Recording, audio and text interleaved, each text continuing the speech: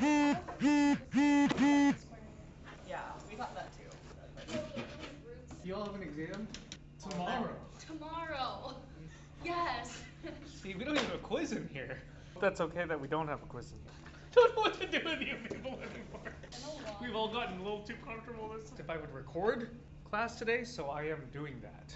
Okay, yeah, sure. And so is that cool? We could just. I'm gonna try to get us. Okay, today, one day only, we'll take a look at chapter 10. The topic is really G bar function for all x, y. So I did not write in any of these. Times y here means you do the binary operations. Right here when it says phi of x times phi of y, the times here are the binary operation. That has to be whatever is the binary operation in G bar, right? Because that's the codomain and G and phi of x belongs to. Seen something that looks like this before? What is this property here that for all x, y, and g? It's not really anything new, it just goes by a fancy name, right? So in other words, it's just now our fancy way of talking about. So in other words, homomorphism. So there have been multiple times throughout the semester, if I'm not going to lie to you, where I have wanted to say homomorphism, and I'd cut myself short and said, oh, operation preserving. That's our word. That's our wording, right? Operation preserving. But I wanted to say homomorphism, decided that belongs 4 chapters later. I want to note that as far as examples, we will look at specific examples, but because remember, an isomorphism is a bijective operation where you require even more stuff. Later on, we will look at some examples of non-bijective. I should just comment that most books, algebra, do not do things in the order that we have here. So most books then do isomorphism. That is what I'm used to. That's what I grew up with. There's something really nice about that. I think the pros about this is that if you have a book that defines, and to define isomorphism, you can, as the definition of isomorphism, is a bijective, right? Sort of kind of approach was a little different. In my opinion, that's a little weirder, but maybe it's just because. And I guess what's really nice about this is isomorphism is sort of the thing that's really talking about how these groups are really the same. Other than the labeling being a little different. Something really nice. Homomorphism is the kernel. It's really hard to write the word homomorphism. Homo is the okay, so the kernel of a homomorphism phi. So by the way, in order to define it, you need to have a homomorphism in the first. By the way, because an isomorphism is a homomorphism, definition also works there, right? Like kernel of a homomorphism, a set because.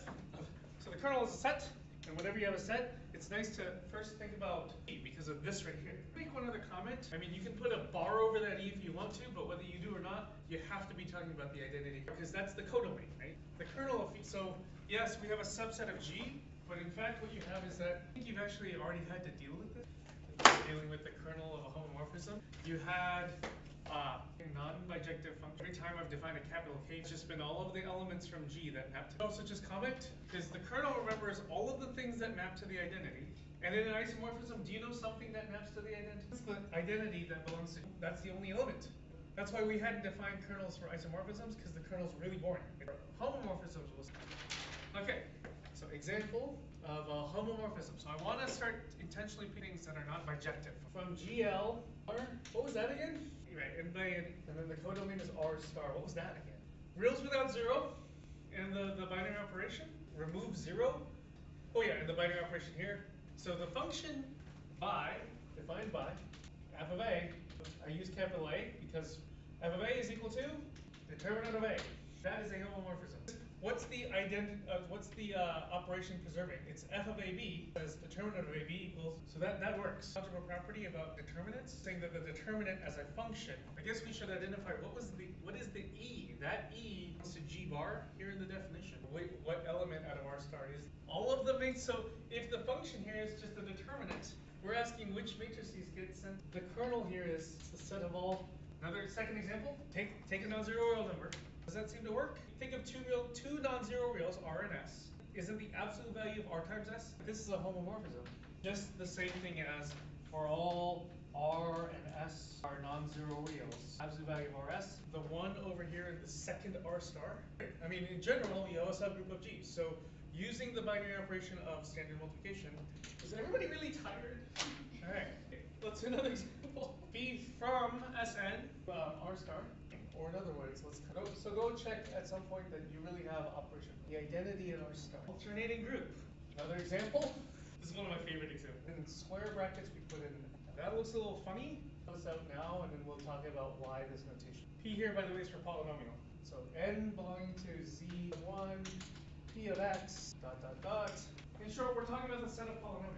And I need a binary operation. The binary operation of, to clarify exactly what I mean, just so like if I had the polynomial and I want to binary operate, I'll put in a plus sign to indicate that binary operation here. If I put them in sort of the same order with the constant. So you do have to convince yourself that this thing forms a group. Any degree you want, you can add it to any. So we have the group. Everybody okay with that group? We added one group element right here. The second group element, we got that as the group element. The group elements are the polynomials. Each polynomial is. So I want to tell you about a homomorphism. So I'm going to let be defined from this group, the set of all polynomials with, okay, here's how we're going to define it. So the function be defined by phi of, I guess I should call this polynomial a typical name for polynomials, like I use little p over there, but I'm going to use little f instead, calling a polynomial by f. So phi of f belonging to, the heck is that? F prime, the derivative. Good, I do too. Derivatives are more fun than integrals, aren't they? I recorded that. Yeah, well, yeah, I said it. Come on, we can all admit that. Derivatives are much more fun than integrals. I mean, integrals have their fun too, but they can be aggravating at times, whereas derivatives are like, I can always do it. Okay, but that, look, what does it mean this function is a homomorphism? Let's keep track of the binary operation with standard addition and standard addition. So this is saying that the derivative of a sum is the sum of derivatives. It's that sum rule from, it's all this is saying, right? Like phi of g plus, phi of f plus g, in other words, f plus g quantity primed, is f prime plus g prime. Is a homomorphism. Okay, kernel of phi. First of all, what's the new binary operate with any polynomial to get back that polynomial? 0, because the operation is addition. Things in this set, integers, all the constants, right? All the constant functions. P of x is equal to r. This is the set of all constant functions, of all constant polynomials. How's that? Our examples are all over the place today, aren't they? Two-part example. So example part A. So let's look at f from r star defined by f of x squared. This is a homomorphism. If you do this, if you looked at f from r to r, now the binary operation is different. When you just type out r, including 0, so the binary operation is understood to mean. So up here, r star, the binary operation is standard. And if you define the function f from r to r squared, same rule, then this is not a homomorphism. This is not a homomorphism because a plus b quantity squared is not a squared plus b squared.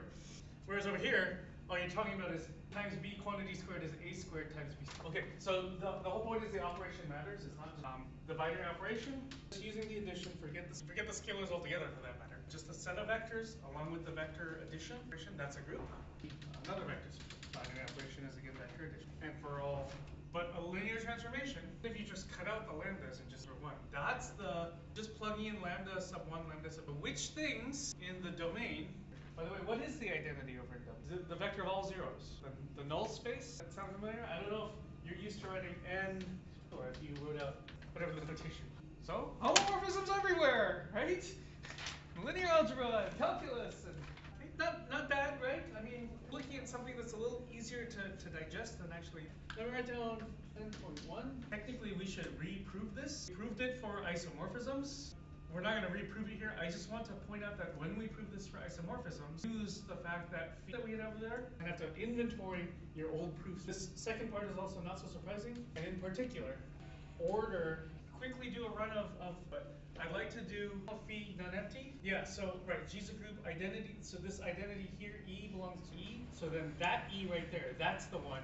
That E, not this E. This from the definition we saw that belonging to kernel. So we like to show that A Z inverse belongs to it. We want to show we have operation isomorphism what it is. So phi of A, binary operate phi of, let's leave that phi of A alone for a second.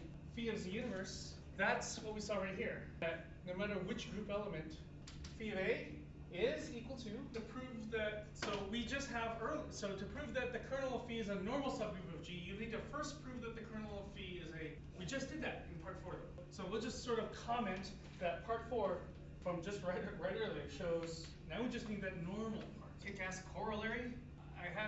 When I was in grad school, my office mate, you know, they also don't say mac and cheese. Okay, we're really off topic now. I've never used it. So let's use that corollary that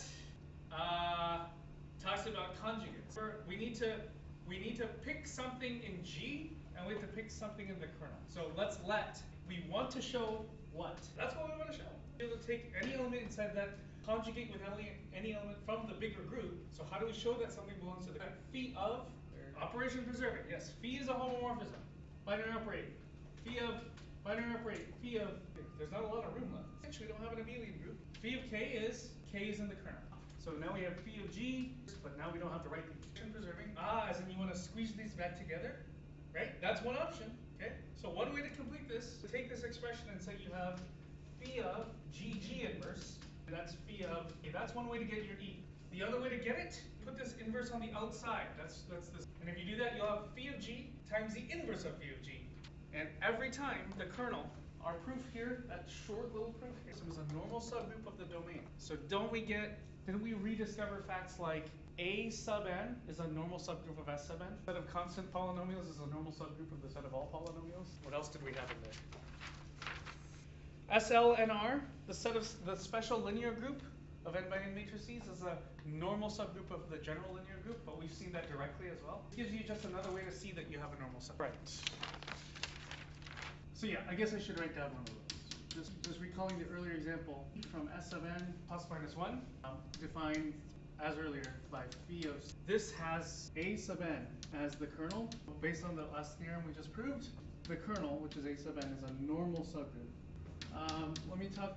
We're not gonna prove all of these, any of them, but I think you can, not too bad. G to G bar, phi is subgroup of G. Try that. By the way, phi of H is a subgroup of, so phi of H is a subgroup of the codomain. And I should comment that in parts 1, the book uses this language, I shy away from it, but formally called. But the point is you start with a subset of G. It's not a bad name, it's just good so far. There's 2 other parts I want to add. I don't really much like for all into G bar, inverse image of Y. So that's all of the things in the domain that map to Y. Take that set, take the cardinality of that set. So no matter which element in the codomain you take the inverse image of, there will be n things that map to Y. That's what n-to-1 mapping means. All right, I'd like you to take a moment to prove the following theorem. It's not written in the book, but I call this the injective homomorphism theorem. The kernel, if and only if. So I'd like you to prove this. One way is to use number 5, and number 5 I don't think is going on, and we hadn't proved it anyway. Prove this without, just prove it directly, and I'll meet at a neutral location. You just turn around, I guess. Let phi from G to G bar be a homomorphism. Phi equals, this is just the identity, gotta be the identity from G, of course. If and only if phi is injected. How's it going? Should I try this all together? There's some weirdness to it, but I just wanted to have you think about it. So first, for this forward direction, let's assume that the kernel of phi is equal to. So the kernel of phi is a set, and we're saying that the only thing in that set is the identity. Of course, we know the identity's in there, but by writing this, we're saying that's the only thing that's in there. So what do you have to do to prove that phi is injective? Suppose what? Suppose that A and B are elements of G, right? Suppose A and B to G, and what else are we going to start supposing? And we want to show that we need to use the fact that the only thing in the kernel is the identity. If A equals E, well, we don't know that phi of A equals E. Sure, or you could say let X equal phi, but I don't know that that gets you to. So we eventually want phi of something to equal identity, because if phi of something is the identity, the only thing that maps to the identity. So here's a thought, crazy thought. Okay, I'm going to multiply both sides on the right by phi of B. So I have phi of A and phi of B, but I mean the inverse of that. Because then the right side says just the identity, right? So on the right you'll have phi of B times its inverse, so you get just the identity. There's the E that I want. I just want the other side to say phi of something. Can I rewrite the left side so it just says, first of all, I got phi of A, and then what's another way to write phi of B quantity inverse? We'll leave the right side alone, equals E. Now you use the fact that phi is a homomorphism to write phi of AB inverse is equal to E. But here's the thing. The kernel in this case, the only thing that's in the kernel is E. The only thing that maps to E is the E and G bar. That's the E and G. The only thing that maps to the E and G bar is what the heck is this thing? This is an imposter, right?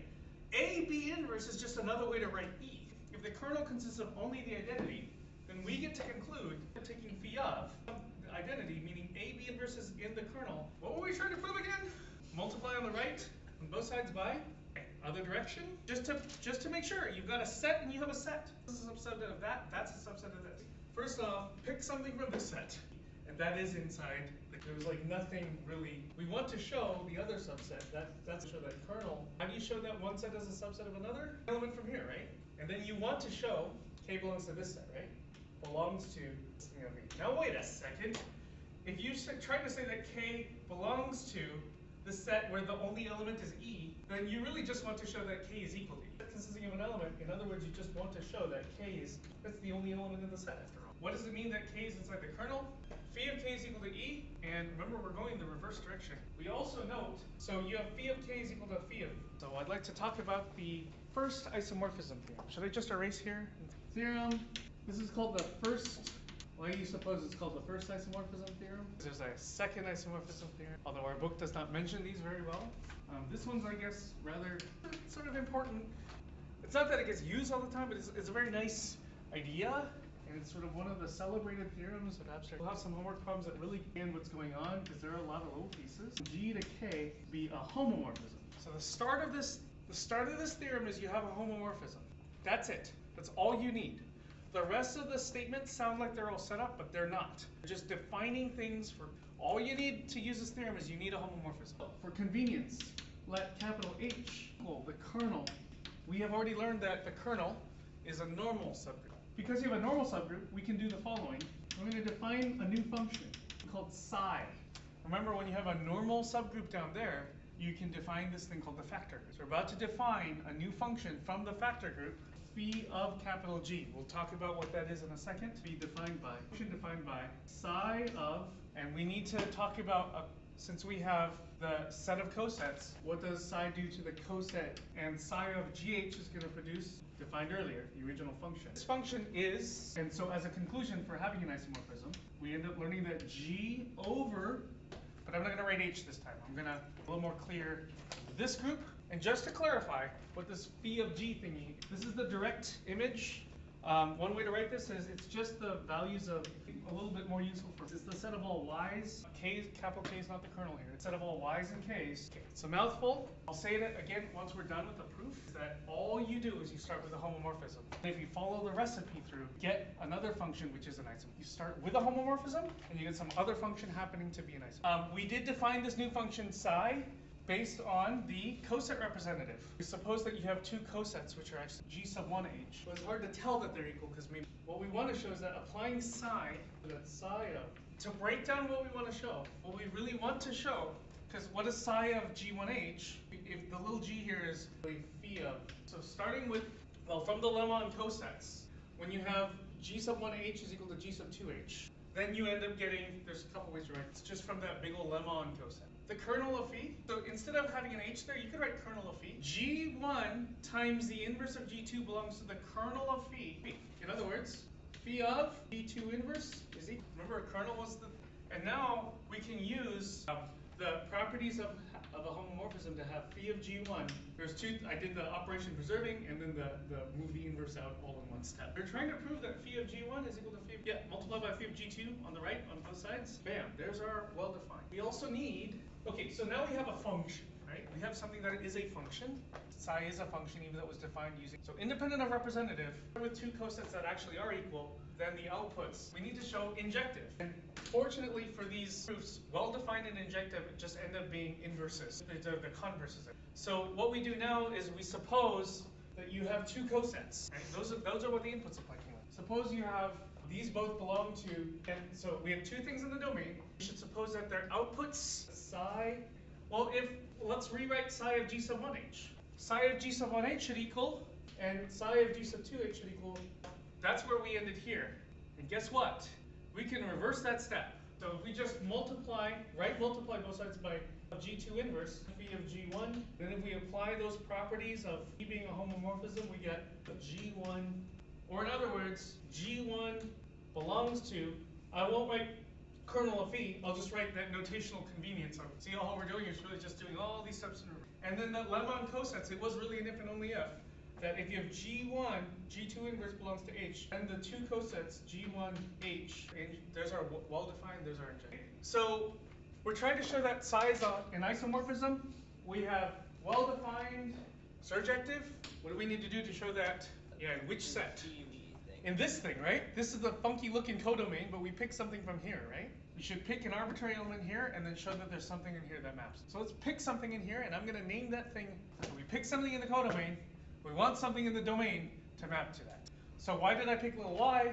Well, because of how I wrote this over here. So what we have is that from the fact that y belongs to this phi of g, we have there exists stealing from the definition right here. Okay, check this out. We need psi of something. We need psi of, and psi, by the way, is only defined over a coset. We need psi of some coset. Psi of, let's make a coset. We need a coset with an H, a group element. How about that G that we just found right here? So psi of GH and phi of G is from which thing in the found in input, in this case, okay. We have a function that's injective and surjective. So we have an isomorphism now, right? To prove that psi, yeah, is a homomorphism. Yeah, operation preserved. We should take two things in this. Suppose two cosets along this set of all cosets. Do psi of, so psi of, what happens when you binary operate? Well, check this out. What I'm going to do is have psi of, remember the definition of the binary operation for cosets was just multiply the representative. So all we did was use the multiplication that's defined for a factor. What does psi do? Psi will take a coset, produce phi of the coset representative. Psi of ABH is phi of, is just the definition of psi, is a homomorphism.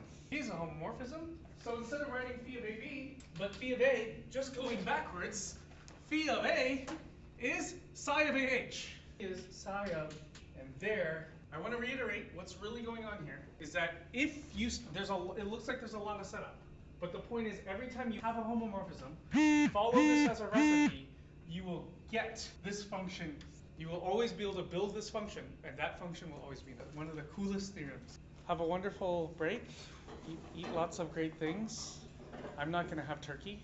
I'm going to have Japanese curry, whatever I feel like making. But that sounds fairly delicious.